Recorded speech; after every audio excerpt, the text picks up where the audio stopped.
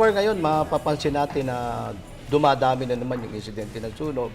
Pero hindi naman to sinasabi natin ng mga firecracker related.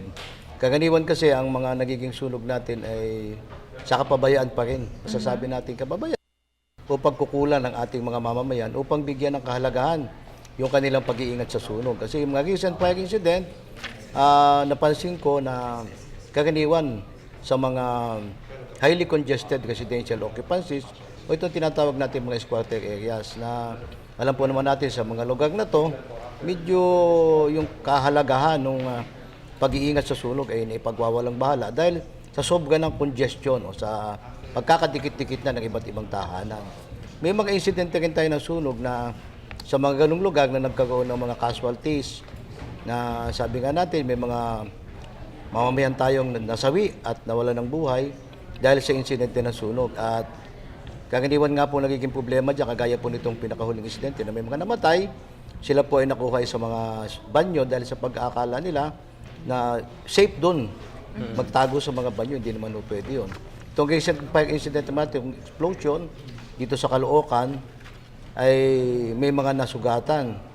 Kasi nagkamali rin sila siguro doon dahil naamoy na nila yung leak ng LPG, baka may ano pa, kung ano pang ginawa nila doon. Dapat, nag-open na tayo ng mga bintana at pintuan para, sabi nga natin, mabawasan yung LPG content na nandun sa loob ng lugar. Subalit malamang may nagsindi o kaya may nagbukas ng pinto, may nagbukas ng ilaw. Sa ganyang sitwasyon, konting spark lang, magkakasunog na eh. So, ganun pa rin ang sabi natin sa ating mga mamamayan, bigyan natin ng pahalaga yung ating pag-iingat sa sunog. Dahil ngayon, lalo na ngayong pagsapit ng bagong taon, abalang-abala tayo sa napakaraming bagay. Lalong-lalo na yung paghahanda ng ating mga kakainin, kung anong ating mga gagawin. Napakadaming tao sa ating mga tahanan dahil may mga bisita tayo, may mga kamag-anak na dumadating at bumibisita sa atin, na ipapagwalang bahala na natin yung kaligtasan natin sa sunog. So muli ang paalala, mag-ingat po tayo. I guess ngayon nga yung perfect opportunity natin to clarify kung ilang mga safety tips dito sa pag-iiwas sa sunog. Dahil nga yung mention nyo po kanina na yung wag papasok sa banyo, I guess parang iniisip ng mga tao at it's common knowledge na dun daw yung safe, parang pupunta ka dun sa bathtub or sa tubig. So, paano po ba? Oo nga, ano ba kailangan gawin? Kailangan tayo pag may sunog, ang pinakamaganda nating magagawa, lumabas tayo sa ating tahanan. Yun ang pinakang rule dyan. At pag nakalabas na tayo, huwag na tayong babalik kasi karaniwan dyan, mas marami ang insidente na yung taong pumasok, hindi na uli nakakalabas. Kaya once tayo nakalabas na sa lugar na sunog, huwag na natin isipin yung mga gamit natin. Kung mga karaniwan dyan, pag minsan, mga pet lang nilang binabalik. O kaya ay mga pera, yan pong pera, mga alahas, mga gamit sa bahay, kaya pa natin kitain yan eh. Subalit pag tayo ay nawala na, namatay na tayo, tapos na. So, kailangan natin, pag-isipan natin, dapat yan ngang mga tahanan natin, lalo na pag yung nandun ka sa mga densely populated areas, meron na kayo talagang pinaghandaang exit o dadaanan nyo kung sakasakali magkakasunog. Dahil pag hindi nyo ginawa yan at gagawin nyo pa lang, iisipin nyo pa lang pag may sunog na, wala na. Hindi na kayo makakalabas. So, hindi nyo na maililigtas yung iba nyong mga gamit, yung iba nyong mga bagay na importante sa inyo, lalong-lalo na pag minsan naapektuhan pati buhay at sabi nga natin yung mga kasama natin sa bahay. Alright, Sir Bobby, for the next days, no, syempre papalapit na yung Pasko at definitely mas marami namang magpapaputok dyan. So, gusto po sana namin malaman kung ano-ano po yung mga top priority po ng BFP ngayon na syempre yung antabayanan, yung babantayan talaga natin. Siyempre, unang-una, ang Bureau of Fire Protection natin, equipment-based organization o agency.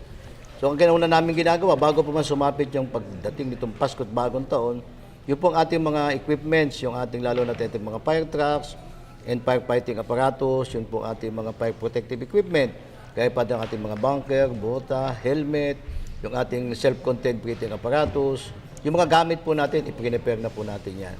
Then, simula pa po nung bago dumating yung Kapaskuhan, meron po tayong tinatawag na offline paalala, kung saan po yung ating mga respective fire trucks ng iba't ibang bayan o syudad dito sa Metro Manila, hindi lang po dito sa Metro Manila, sa buo nating kapuluan, yan po yung umiikot doon sa mga tinatawag nating densely populated areas upang paalalahanan po yung ating mga kababayan upang umiwas sila dito sa mapaminsalang sunog. Kinakailangan niya na bigyan ng paalala kasi, paalala, paulit-ulit paalala upang tunanim sa isipan ng ating mga mamamayan yung kahalagahan, yung pag-iingat sa sunog. So ganun ang ginagawa namin, paalala, paghahanda, and then magpapaalala pa uli. And then pag talagang karaniwan na namin sinasabi na hindi lang siguro itong ahensya ng Bureau of Fire, kasama din ng ibang ahensya ng ating pamahalaan, na huwag na tayong gumamit ng paputok. Di ba? May mga alternative tayo dyan pwedeng gamitin na pag-iingay upang masalubong natin yung bagong taon. Pero sa mga kababayan natin hindi mapigilan, talagang mayroong magpapaputok at magpapaputok pa rin, doon po tayo unang-una, huwag kung saan-saan tayo magpaputok. Kasi yung paputok natin, wala namang mga direksyon yan, gaya ng mga kwitis na yan, o yung iba pang mga paputok natin na tumatal habang pinapaputok ninyo, napapapunta sila kung saan-saan. Doon tayo magpaputok sa tinatawag nating designated firecracker zone. So lahat ng barangay, lahat ng mga, sabi ka nating lugar, ay may mga tinatawag silang firecracker zone na kaya nila diniklarang firecracker zone yun, ay medyo ligtas. Sabi nga, medyo ligtas, hindi naman totally. Yung mga, mas maliit yung maaaring magkaroon ng sunog doon. So, wag kung saan-saan. And then, tingnan natin kung saan pupunta yung ating mga paputok. O sabi nga natin, magi tayong alerto. Huwag nating pabayaan na kung saan lang yung magpunta dahil marami kaming insidente ng sunog na respondihan, lalo na pagpadating na yung bagong taon, na dahil sa mga firecracker. Dahil unang-una, pumasok sa loob ng bahay yung mga kwitis, o kaya yung ibang paputok, tumalsik doon sa isang upholstery shop, nakalapit lang ng kanilang lugar na pinagpapaputokan. Napakadaming, sabi nga nating, insidente na nagaganap lalo na pag itong 31, pagsapit ng 31 hanggang 1, yun ang malimit na nagiging problema. So kaya mapapansin niyo sa mga ganung panahon, ang mga fire truck namin halos ay nasa kalsada na. Wala na kaming, sabi nga, wala nang bagong taon sa amin dahil pag minsan lang, umaalis na kami ng istasyon, tuloy-tuloy na yung tawag, natatapos yun alauna hanggang alas 2 ng madaling araw. Pag seswektehin pa kayo, abutin pa kayo ng maga. So, wala sa aming bagong taon. Pag duty ka, after na, kinabukasan na kayo makikita ng pamilya nyo. Opo. So, sir, baka meron na lang po kayong final message para sa ating mga manonood. Okay, padating na naman po itong paggunita natin ang pagsapit ng bagong taon. Sa lahat po ng ating mga mamamayan, ang Bureau of Fire Protection po ay patuloy na nagpapaalala sa inyo na gawin po natin lahat ng paraan at pag-iingat upang maiwasan itong, sabi nga po natin, pagsunog sa bagong taon. Kung may iwasan po natin magpaputok, iwasan na po natin. At mas maganda pong sumapit yung bagong taon na kumpleto ang ating mga daliri. At kung hindi naman po may iwasan, mag-ingat po tayo, gamitin po natin yung mga, sabi nga po natin, yung regulated lang ng mga firecrackers. At mag-ingat po tayo sa ating mga ginagawa sa loob ng tahanan, lalo na po sa pagluluto. At ganoon din po sa ating pong mga kababayan na dapat po isaalang-alang natin parati ang kaligtasan natin sa sunog. Alright, thank you so much, sir. Ayan mga boss, nakasama natin si Senior Superintendent Bobby Baruelo, ang Deputy Regional Director for Administration ng BFP NCR. Thank you, sir. Maraming Thank salamat you. po. Boss, kasi isipin natin, kung tayo ay magpapaputok, dapat maging responsable, huwag yung mga illegal.